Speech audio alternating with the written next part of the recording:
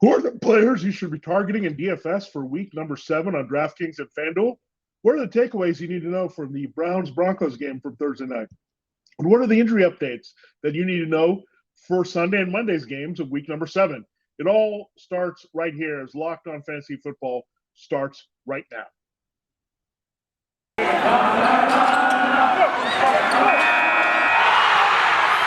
You are Locked On Fantasy, your daily NFL fantasy podcast.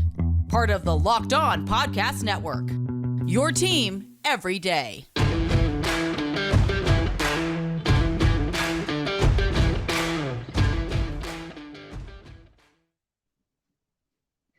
Greetings, everyone, and welcome to another edition of the Locked On Fantasy Football podcast. As usual, I'm your host, Vinnie Iyer. When I'm not doing this, I'm writing about NFL and fantasy football for sportingnews.com. It is a Friday here on the show. That means we've broken down all the games, matchup Wednesday, matchup Thursday, a double shot of preview and analysis there for you.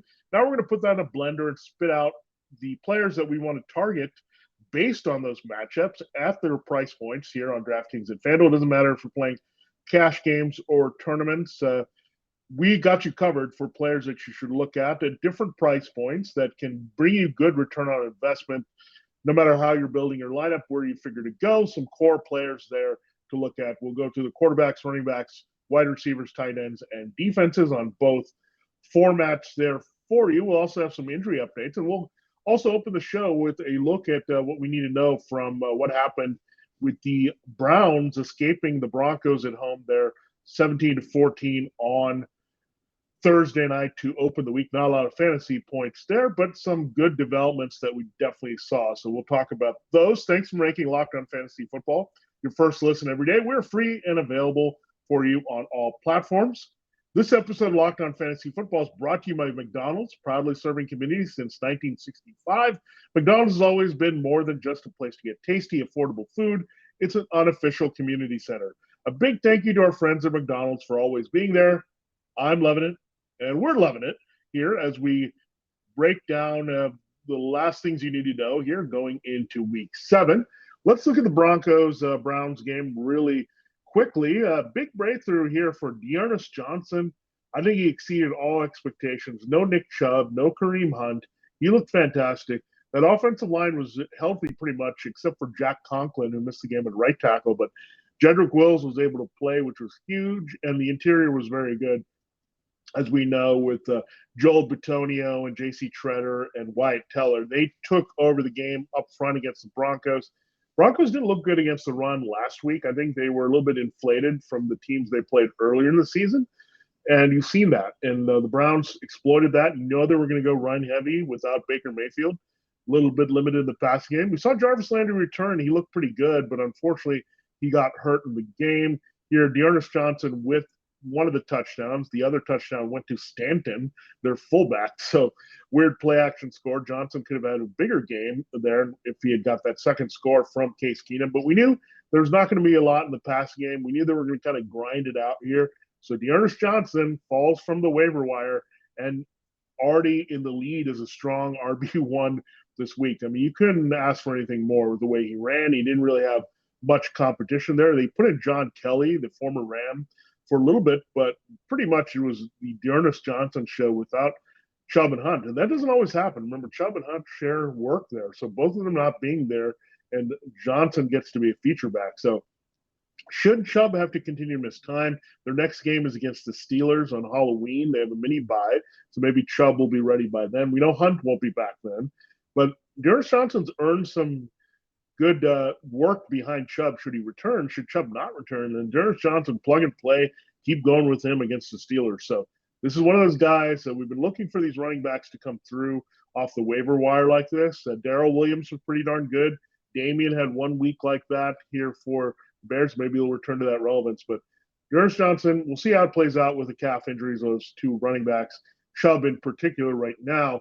But he's a guy that you can definitely keep starting if he's leading his backfield. And if he's behind Chubb in the old Hunt type role, then he has some flex appeal as well, that because of how much the Browns run the ball and how effectively they run the ball. On the other side of things, we saw 2 rushing touchdowns, they were actually receiving touchdowns from our two backs here, Melvin Gordon and Javonte Williams. So Javonte Williams finally gets in the end zone as a receiver here. Gordon had a nice play there early as well. So interesting usage of the backs here. They didn't really have a lot of rushing success. We knew that. The Browns' run defense was pretty good. We didn't like them that way, but we also haven't seen them use Gordon and Williams in that way. And let's hope they can get an expanded role for Williams. Gordon continues to be there, but this team has to realize they're 3-4. You're more in rebuilding mode. You started out 3-0, but you play the Giants, Jets, and Jaguars for that record. Let's hope the Browns realize, look, or the Broncos realize we have a youth movement here. Let's go in that direction and give us more Williams here. Hopefully that will happen after this mini bye. I think he's too explosive a player not to get on the field there. So we saw Cortland Sutton had a few nice catches in the game. We thought he was the only viable receiver there in that one. Teddy Bridgewater didn't look right with that foot injury, and they kind of were limited all game, and that's why he had the low-scoring output. The Browns are just kind of in grindy defense mode. That's why they didn't score more than the 17 points. But they dominated the game despite the 3-point outcome. They just were playing a battle of attrition, the ball control and all that, and it worked out really well as a shorthanded team in this one at home on Thursday night. All right, that is our breakdown of the Broncos-Browns opener here in Week 7. Let's focus on the main slate here. So we only have 10 games on the main slate, the one that kicks off at 1 p.m. Eastern time. And let's look at where you want to go in DFS. We'll get quarterbacks and running backs in this segment, then we'll follow up with wide receivers, tight ends, defenses. Don't forget, we'll have your injury updates for you from what we know so far with 2 days of practice in the books for all these players. Now, the first target at a quarterback I'm looking at on the higher end is Aaron Rodgers. He's at home against that pitiful Washington football team defense, 7,500 at DraftKings, 7,900 at FanDuel. I like the return there. It's a little bit cheaper than the higher end options, paying up for Patrick Mahomes or Kyler Murray. So you get that. I think he's going to have his typical Lambeau type game where it's going to be 3 to 4 touchdowns. We'll see about the yardage. Washington hasn't provided much resistance of late with Taylor Heineke, but I could see it being like a 270-4 type game for Aaron Rodgers here. Devontae Adams scoring 1 or 2 of those, maybe Tunyon, maybe Al Lazard, maybe Aaron Jones, somebody in that mix. So I look for 3 touchdowns here from Aaron Rodgers for sure. Again, the yardage, just temper your expectations because I don't think it's going to be a very competitive game. They're massive favorites in this game, almost 10-point favorites. So keep that in mind, but I love the price points for A-Rod this week. Now, Jalen Hurts is actually more expensive on FanDuel at 8,300 than Aaron Rodgers, but I do like him a lot on DraftKings at 6,900. I like that matchup against the Raiders. Raiders defense has been overrated when they face a pretty good offense. And the Eagles, I think, have that potential, especially with Jalen Hurts and the running ability that he provides here as a high floor, throwing the ball downfield. I like his receivers. I like Dallas Goedert if he can get in the game there and get cleared for COVID protocol from last week and missing Thursday night against Tampa in Week 6. So there are some weapons there that Hurts can deploy here with some good success. Quez Watkins, Jalen Reagor maybe has a chance to make a big play in this game. So like that. So if I'm going there, I think I definitely go and save the money on DraftKings with Hurts versus Rodgers if I can, but definitely Rodgers over Hurts with those $400 difference there on FanDuel. Now let's go to Ryan Tannehill, dropping down to 6,400 there on DraftKings, 7,600 on FanDuel. You look at the matchup against Patrick Mahomes. Tannehill kind of got on track last week. It got A.J. Brown going. It's not going to just be the Derrick Henry touchdown show every week. Tannehill did run one in last week, so we know that can always happen on a bootleg, that kind of stuff. And I think even if Julio Jones is out, I think you look at A.J. Brown and the weapons he has. Anthony Ferguson, tight end, could be used a little bit more, maybe using the backs in the passing game as well. And I don't see Derrick Henry necessarily eating up all the key touchdowns this week. They're going to have to put the ball in the air quite a bit against the Chiefs as well. So pretty good volume for Tannehill playing off that run. They'll have success running against the Chiefs. That's going to set the play action downfield as well. So I like that return there for Tannehill, 6,400 and 7,600. I also like Matt Ryan a lot this week, 5,700 only and 73 on DraftKings, FanDuel, I should say. 57 and 73 are his prices this week. Now, looking at Matt Ryan, he's pretty solid. I think they figured things out offensively before the bye against the Jets. They're going to continue that against the Dolphins defense, really banged up in the secondary. The running game should work. That should open up opportunities for Matt Ryan to throw to Calvin Ridley and Kyle Pitts downfield. He's also going to get Russell Gage back. So really like that price point there for Matt Ryan this week. 250 and 2, easy for Matt Ryan. That might be his floor this week, given that Dolphins defense total disarray at 1 and 5. Now going in the bargain bin, 5,300. You can drop all the way there on DraftKings, 6,500 on FanDuel. So another 800 savings there for Justin Fields. He had 27 pass attempts last week. He was involved running the ball. I think the Bears are realizing, let's unleash this kid. Let's not rein him in and hold him back. We can't win with running. We're not going to win with running against Tampa Bay. We know no team runs on the Buccaneers, so you got to throw to the backs. You got to throw to the tight ends. You got to use Darnell Mooney and Allen Robinson more this week. The Bears are certainly going to be trailing in this game big time on the road. So Fields, throw. Good audition and letting him loose this week. Now, running back, let's go there. Darrell Henderson's where I'm starting, 6,600 on DraftKings, 8,000 on FanDuel. Rams are massive favorites against the Lions at home. The Lions cannot stop the run. We saw them get destroyed by Joe Mixon and Chris Evans in multiple ways last week of the Bengals. This is Henderson. He's on fire. Had 2 touchdowns last week against the Giants. Another smash spot here for Henderson. I'm starting there. I think he could be the top scoring running back this week, giving Deonis Johnson a little run for his money. Shuba Hubbard, there's going to be a course correction here for the Panthers. They're going to run Shuba Hubbard as much as possible. They're tired of Sam Darnold turning over the ball and costing them games. So Hubbard, a lot of him this week. 6,100 on DraftKings, 7,300 on FanDuel. The volume is going to be very high. He's going to score for sure. I'm pretty much feeling at least 20 touches in this game for Hubbard. The Giants' run defense isn't all that exploitable. That's the same one that Henderson destroyed last week. Now, Damian Harrison, interesting development this week. We talked about it, and he won't appear on the injury report because he's not at all this week. And we thought the ribs might have been re-injured there. At least the Patriots are saying they're not. So 5,700 for Damian Harris, 6,800. Good prices there on DraftKings and FanDuel to put him in there. I know Ramondre Stevenson's getting a bigger deal here, but it's the Jets. The Patriots should be front-running in this entire game. The next guy that we look at is James Conner, 5,600 on DraftKings, 6,500 on FanDuel. Again, he's very similar price to Chase Edmonds. Edmonds is a little banged up still with that shoulder injury. Conner is a power back. They're going to be playing with a big lead here. 17.5-point favorites the Cardinals are against the Texans. Not a lot of big need for passing here this week, and we're looking at Conner getting some good opportunities near the goal line as well, maybe closing this game out a lot in the second half. So I really like this price points for James Conner. This is also really cheap for Miles Sanders. Everyone's really down. I get it. The production hasn't been there. This is a great game to get going here against the Raiders this week. 5,100 only for Miles Sanders. He's a starting running back, folks, on DraftKings, and 5,900 on FanDuel. But he's going to get some volume in this one. Again, that's going to be an overcorrection as well. The Eagles have been going pass happy.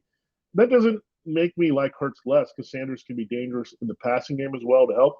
He's also a big play runner, so they're going to be looking for those big plays against the Raiders. So we really like Miles Sanders. If you're desperate, you can also look at Kenneth Gainwell. But I think the Raiders are going to lose this game. The Eagles are in control, and I really like their chances here this week with their running backs, especially Sanders at that price point. And J.D. McKissick, 5,000 on DraftKings, 5,700 on FanDuel. Antonio Gibson might play through that shin injury again here, but he's been in and out of the lineup. The game script is going to be bad against the Packers. They're going to have to throw off, and the Packers don't have a lot of linebacker right now, some of their injuries. So, yeah, J.D. McKissick's going to get checked down city here from Taylor Heineke.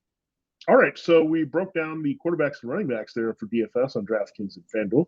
We'll get to the wide receivers, tight ends, and defenses here before the show's out. We're back and better than ever. A new web interface for the start of basketball season, more props, odds, and lines than ever before. That's BetOnline. BetOnline remains your number one spot for all the basketball and football action this season.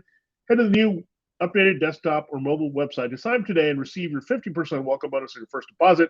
Just use the promo code LOCKEDON to receive your bonus from basketball, football, baseball, postseason, NHL, boxing, and UFC, right down to your favorite Vegas casino games. Don't wait to take advantage of all the amazing offers available for the 2021 season.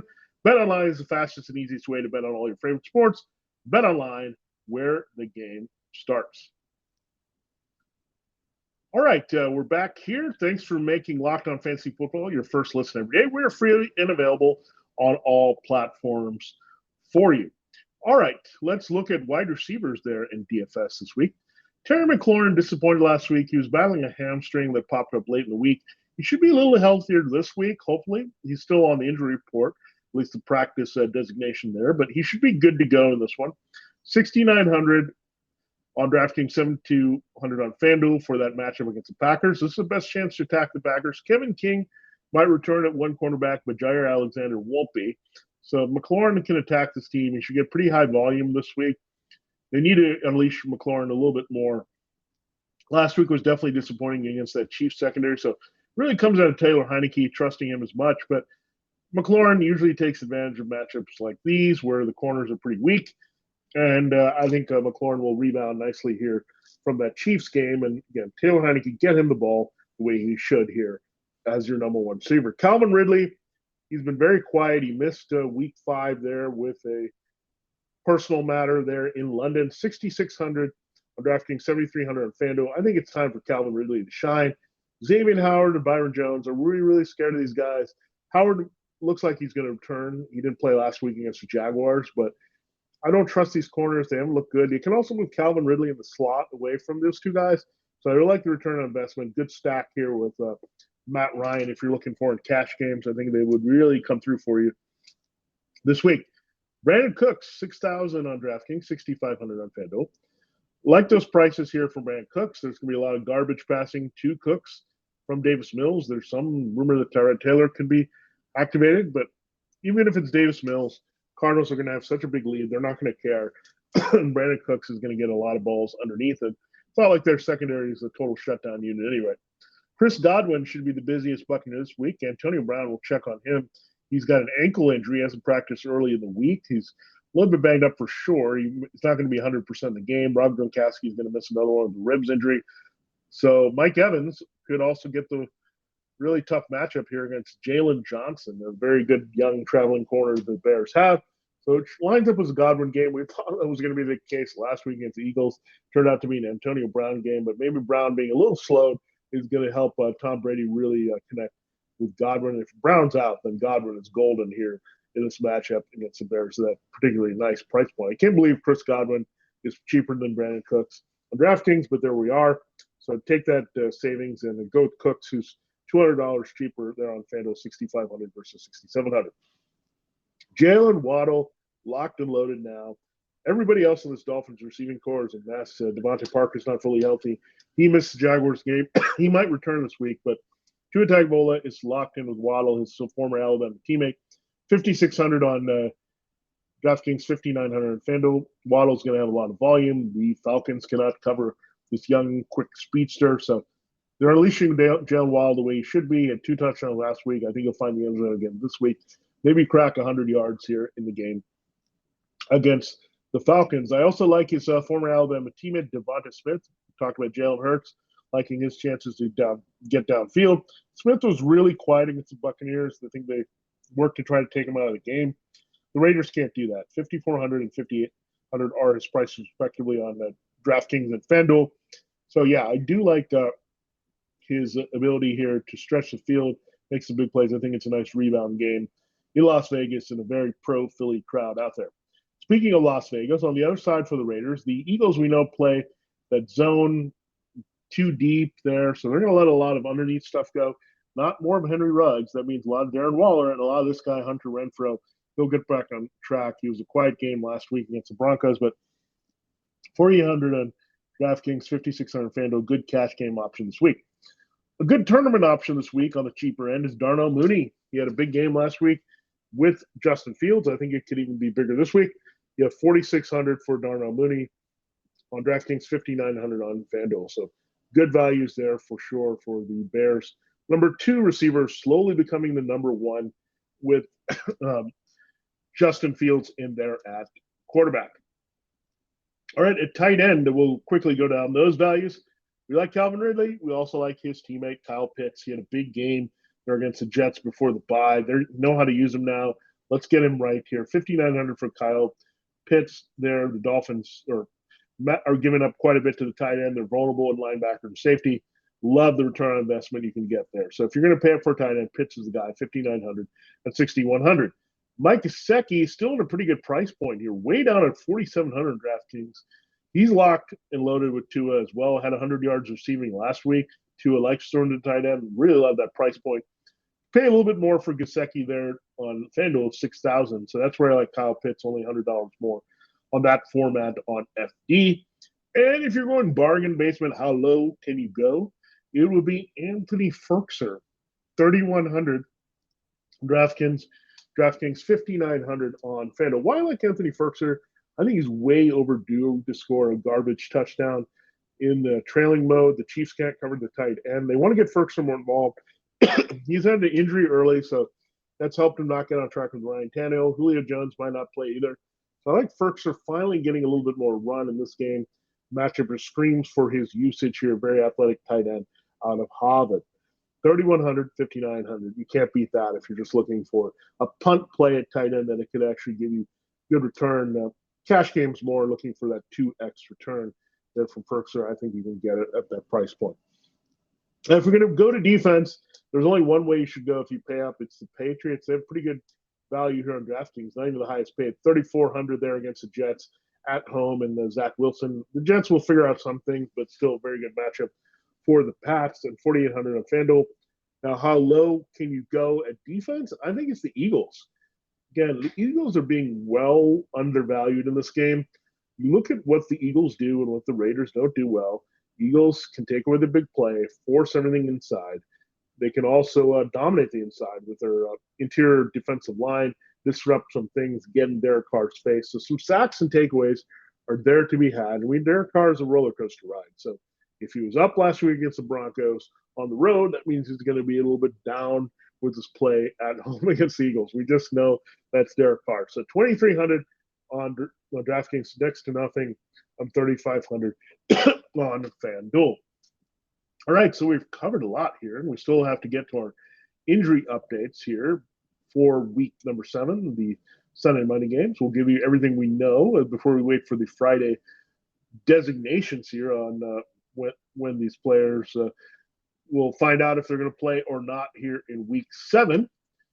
I told you at the top that this episode of Locked On Fantasy Football is brought to you by McDonald's, proudly serving communities since 1965. McDonald's has always been more than just a place to get tasty, affordable food. It's a place where friends and family can come to reconnect, a place where classmates can meet up for a study group knowing they'll have dependable Wi-Fi and endless supplies of French fries and McFlurries. Win or lose, it's a place where teammates, competitors, the home team, or the away team can come to recharge. It's a place you always look forward to stopping at on a long road trip to rest your legs and refuel. So, yeah, I love my neighborhood McDonald's. They're always so friendly there. I like to stop in, and I'll sit there and work sometimes. It's a really good experience, and they're open for business, which is great to see. And everyone there working is making sure that we feel at home there. And I'm always comfortable with my local McDonald's. And if you need to get to know your local McDonald's again, do that now. I mean, it's amazing. And if you're on the road, you always have a McDonald's nearby there to help you get on your way. So head to your local McDonald's to refuel and reconnect. Head to the one on the road to recharge as well. Check it out. Did anyone say that you could watch a Locked On Fantasy Football watch party? Yeah, you can. They got the greatest Wi-Fi there as well. McDonald's, I'm loving it. Ba-da-ba-da-ba. All right, this episode of Locked On Fantasy Football is also brought to you by Built Bar. Celebrate freedom of choice with Built Bar. Did you know Built Bar has so many delicious flavors? There's something for everyone. When you talk to a Built Bar fan, they're definitely passionate about their favorites. If you don't know the core Built Bar flavors, well, you're missing out. Coconut, cherry barcia, raspberry, mint brownie, double chocolate, salted caramel, strawberry, orange, cookies and cream, German chocolate. Those are just some of the flavors. They always have some special flavors as well. One of my favorite flavors I've talked about a lot is the double chocolate. I love the brownie ones as well. I love them because it's a Built Bar that's covered in 100% chocolate, soft and easy to chew, and then you get more chocolate flavor with that as well. To find out what your favorite flavor is, get a mix box where you get 2 each of 9 flavors. Built Bar flavors are the best tasting, but they're also incredibly healthy for you. 78 grams protein, calories ranging from 130 to 180 calories per bar, only 4 to 5 grams sugar, and only 4 to 5 grams net carbs. Amazing flavors, all tasty, all healthy there at Built Bar. And get in while you can with their special flavors. They always have something there for you beyond their core delicious flavors. Everything at Built Bar is awesome protein bar. It's a protein bar that tastes like a dessert, a protein bar that tastes like a candy bar. Built Bar is also the official protein bar of the U.S. track and field team. That's pretty cool as well. Go to Built.com and use the promo code Locked On, and you get 15% off your order. Use the promo code Locked On for 15% off at Built.com. All right, time to close the show looking at the injury updates. So let's run down those here for you. We'll go position by position with the skills here. Quarterback Joe Burrow, no lingering effects from that throat injury he had a couple weeks ago. He's good to go against the Ravens. It's a tough matchup, but Burrow can fight through it. Deshaun Watson not practicing there for the Texans. We know that. He's on the trading block, could be dealt by the end of next week. We'll see where that goes. Davis Mills looks like he'll start. Tyrod Taylor might be a little more time to return here from his hamstring injury. Derek Carr has a left finger injury, but it's not his throwing hand. He's good to go for the Eagles. Tua Tagovailoa has been limited practice this week with his ribs injury that kept him out for a while, but he should be good to go here for the Falcons. Taysom Hill might not be in the mix for the Saints game against the Seahawks. He has a concussion, so pretty bad. We know it was a couple weeks ago before the bye, and it's lingering here. So should be the Jameis Winston show. That gives him all the opportunity to throw a little bit more in that game against Seattle. Jimmy Garoppolo, limited in practice with a calf injury, but he's going to start over Trey Lance, who's not practicing with his knee injury. Tom Brady's still dealing with that right thumb injury, but he's good to go for the Bears matchup for the Buccaneers. Switching to running back, Chase Edmonds, we talked about the shoulder. James Conner could see a little bit more work in that game if they get up. So something you need to worry about. So Edmonds is going to have to do his damage early. But, again, he should get the usual work splitting with James Conner there. Latavius Murray is not going to play for the Ravens. He's got an ankle issue there. It looks like a sprain that's going to keep him out multiple weeks. So take your chances if you need to with Devonta Freeman or Le'Veon Bell. The Bears, will see if Damien Williams gets cleared to play in this one. I don't really like Khalil Herbert, the rookie, with the shoulder injury. He's going to play, but I don't like the matchup, just pure running. If Damien Williams, you can get some receiving work out of Damien Williams this week to get some decent numbers should he play. Chris Evans, you're not going to play him beyond Joe Mixon, but he has a hamstring issue, so it could be a little bit extra work for Joe Mixon against the Ravens. Deandre Swift, same thing with a growing injury, limited all the time in practice, but he's going to play against the Rams. Hopefully he'll get some garbage work in the passing game in that one. Sonny Michel, speaking of the Rams, has a shoulder injury, but he's going to definitely play. We'll see if they limit his touches there behind Darrell Henderson. Another reason to like Henderson a lot this week. Malcolm Brown has a ribs issue, so that could limit how much work he gets. So maybe a little bit forced into action with Myles Gaskin, a little bit more against the Falcons. The Falcons are pretty good run defense, but you can throw on them out of the backfield. Saquon Barkley's not going to play with the ankle injury, so more Devontae Booker, hopefully more success here this week against the Panthers. Alex Collins went in with a couple injuries, but the growing is what keeps him out of practice. So we'll see if Rashad Penny can come back from his calf issue. You also have DJ Dallas looming as well. So it'll be interesting to see where the Seahawks go with their backfield this week. Should Collins not play with the Chris Carson already on IR with his neck injury? Gio Bernard looks like he'll return for the Buccaneers in full swing here. Knee and chest injuries here. Touched a little bit to Leonard Fournette's work, but I think they're going to play with a big lead. Some more Fournette playing closer in this one. You have Jeremy McNichols dealing with an ankle injury for the Titans. Derrick Henry show what else is new against the Chiefs. Antonio Gibson, we didn't know if he was going to play. He's getting limited practice. We'll watch him. He could be more of a game-time decision there against the Packers, but again, leading to more work for J.D. McKissick in the passing game for sure if Gibson is banged up.